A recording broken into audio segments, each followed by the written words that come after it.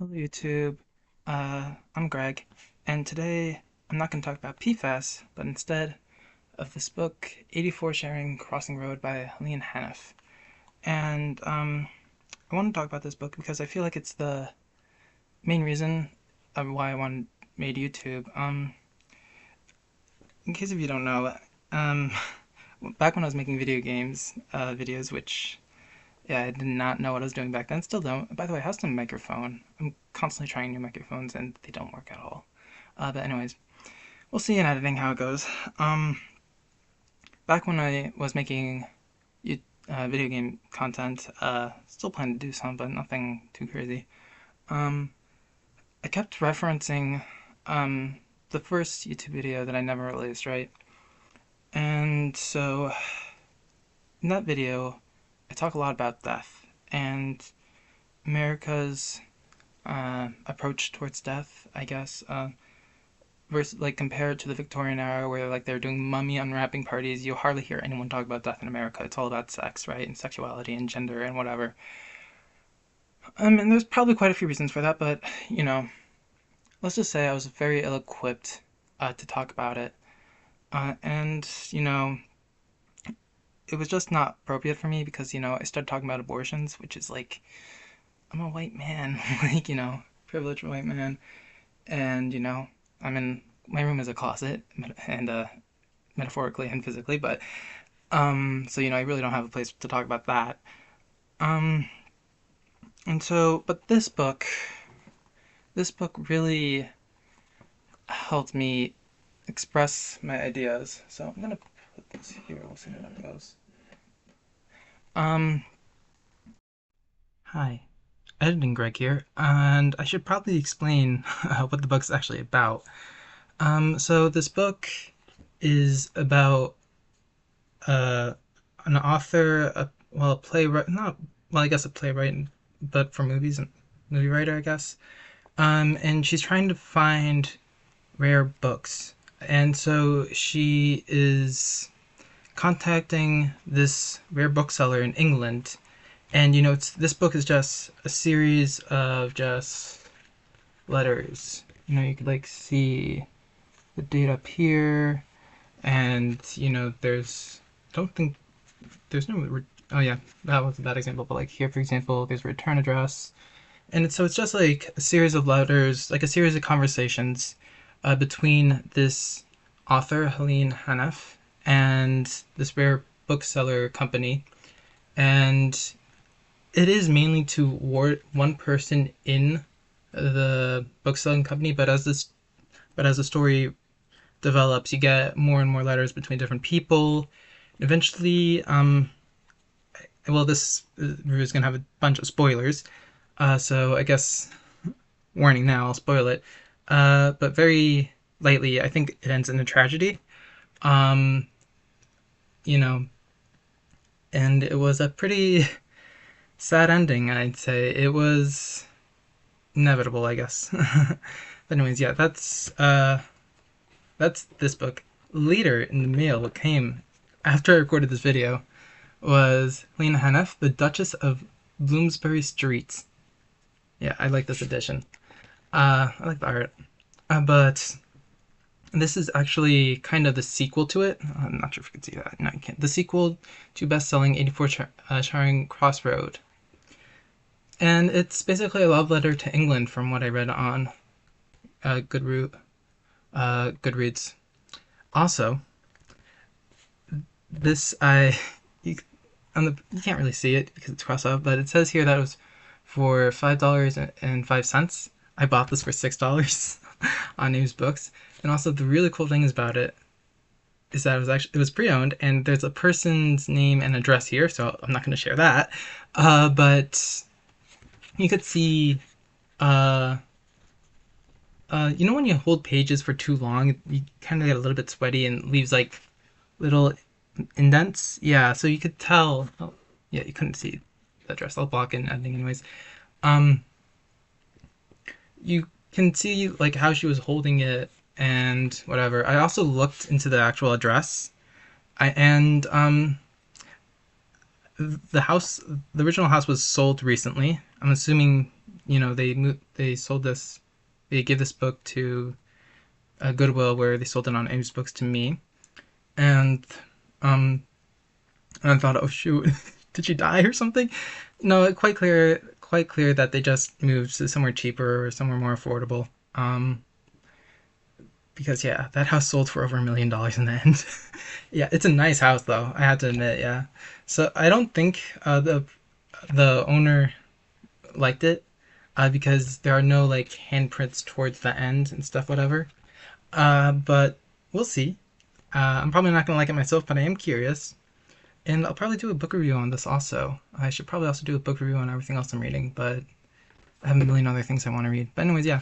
So that's it, Greg here. But remember, spoilers for the video for the book. But anyways, just to read a few quotes. Yes, I took some tabs. I'm not sure if you could see that as well. But yeah, quite a few tabs. It's a very short book. A good one, but short. But in it, it talks a lot about leaving a legacy. So, for example, on February 9th, 1952, doesn't matter, Q quoted enough of it, I know I'd like it. Anything he'd like except if it's fiction. I can never get interested in things that didn't happen to people who never lived. Okay, that's just one quote, which is just like hits hard. Let's see. Next one is on December 12th, 1952. I do think it's very uneven exchange of Christmas presents. You'll eat yours in a week and have nothing left to show for it by New Year's Day. I'll have mine till the day I die, and die happy in the knowledge that I'm leaving it behind for someone else to love. I shall sprinkle pale pencil markings through it, pointing out the best passages of some bookler yet unborn. Yeah, that's it's a good line. And finally, April 11th, 1969. Dear Catherine, I take time out from house cleaning my bookshelves and sitting on a rug surrounded by books in every direction to call you a bon voyage. I hope you and Brian have a ball in London. He said to me on the phone, would you go with us if you had the fare? And I nearly wept. But I don't know. Maybe it's just as well as I never got there. I dreamed about it for so many years. I used to go to English movies just to look at the streets. I remember years ago, a guy I knew told me that people going to England find exactly what they're looking for. I said I'd go looking for the England of English literature, and he nodded and said, it's there. Maybe it is, maybe it isn't. Looking around the lug, one thing's for sure, it's here. Bless the blessed man who sold me all my books died a few months ago. Eileen. Last page of the book. This book hits hard. Just to say the least. And I'm just starting with like quote one really. I can never get interested in things that didn't happen to people who never lived. And you know, I'm a gay man, right? Religious gay man, Jewish. I'm probably gonna renounce my faith, but who knows what's gonna happen. And it's like, there's a good shot that I'll die alone. No kids, no nothing, no legacy. And that's because, gay people don't really have biological kids, and, biological kids leave a legacy. Adopting kids is an option, but most gay people don't like kids, and I'm no exception, I really don't like kids. But it's very real for me, right? Like, how am I supposed to leave a legacy, right? It's kind of a very big concern for me, because, like, dying alone, I'm fine with it. Like, right now, I see so many different paths for my lives, right? And I look back, towards when I was a kid, and, like, what would happen if I wasn't religious, right? I'd probably actually be an artist. That's not totally unrealistic. I could have also been a totally normal, straight guy, probably have a girlfriend by now, like, just so many paths, past and paths that could have, would have, and could be, who knows, right? And it's like, for me right now, I'm trying to think of where will I take my life, because just because I'm a chemist, right, and I want to apply for a PhD and own a lab in some university one day, super swell, that's my future, right? But it's it's not a legacy, So I'm really thinking about how to leave a legacy. And I guess that kind of brings me back to the second quote. Brings me to YouTube. And because if you don't know, I'm into video games, so I know, of course, I know about Minecraft. I know about Technoblade. Um, he has 20 million subscribers. He gained like 13 million after he died. Yes, Technoblade died from cancer, and you can very much leave a legacy through YouTube, and it's like it's kind of what I want to do with YouTube. I do want to leave a legacy, and I think YouTube can be an avenue for me to leave a legacy. I don't see a reason why not to. It's free, and it does take some time, yes, but what doesn't? The question is, how big do I want this channel to grow, right? Um, I don't really care about how big it grows. Sure, it'd be nice if it got 100,000, but I don't expect it. I expect maybe I don't. I don't expect it to grow big, basically. you know. Um, I guess this is also a perfect transition into what I want to do on YouTube. And that's very much the last quote of this book, You know, maybe it is, maybe it isn't. Looking around the rug, one thing's for sure, it's here. And it's like, I want to do something I love, things I love, and which is one, PFAS. I absolutely love PFAS. I think it's very neat and cool. I also don't really know much about science communication. At the end of the day, I am a chemistry undergraduate doing research on PFAS and other things. So I'm not really mature enough for this type of stuff.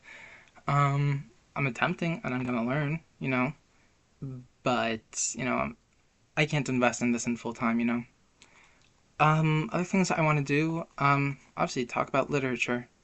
Um, I also want, which like includes video games. Like I very much believe video games are literature. I very much believe they're just plays, virtual plays. Instead of going to a theater and hanging out with a bunch of people, you could do it in the comfort of your own home. You know, that's how I see it. Performances. And then they it does require like onstage fright is very much a thing in video game, like esports. Um, you know, it's it's there, right? And so I guess this brings me to the next topic, which is romanticizing fiction and literature, right? And so that brings me to The Movable Feast by Ernest Hemingway. Yeah, I actually really like this cover. Again, not actually a lot of markings because yeah, I wasn't crazy over this. It really wasn't.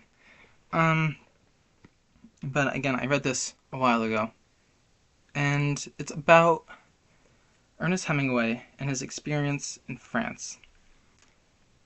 And you know, I'm actually a French citizen. I went to France. Oh, a bookmark.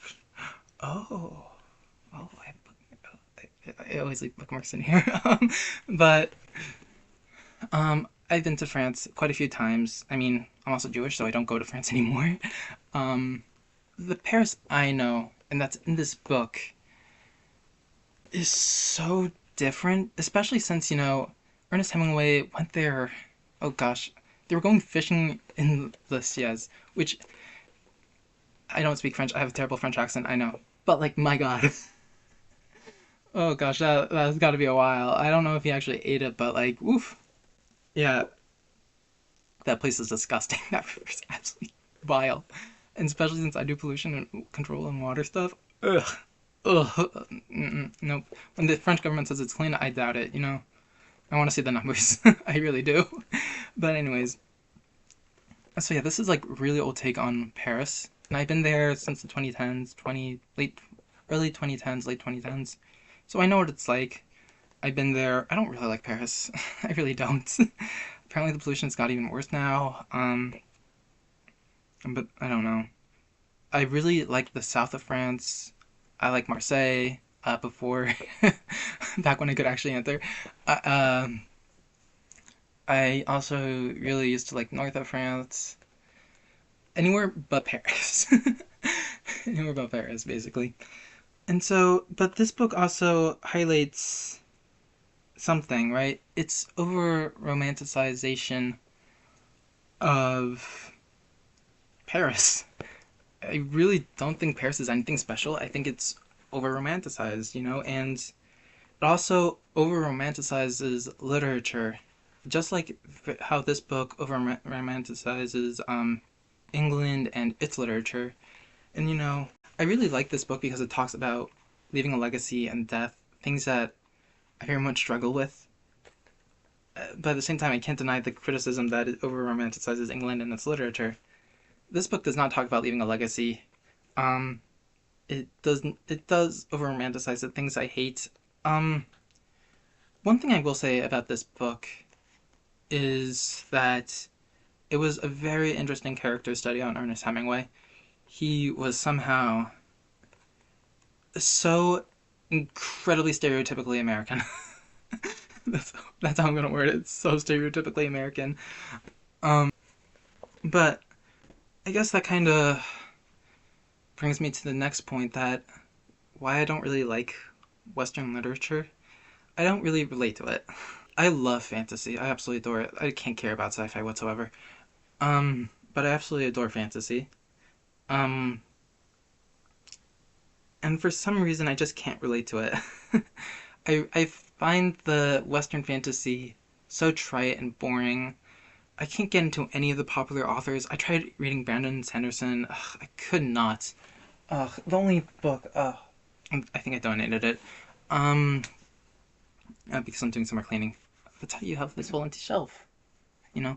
But anyways, um, the only one I like was the Sea of Emeralds, or Tress Emerald Sea or something like that.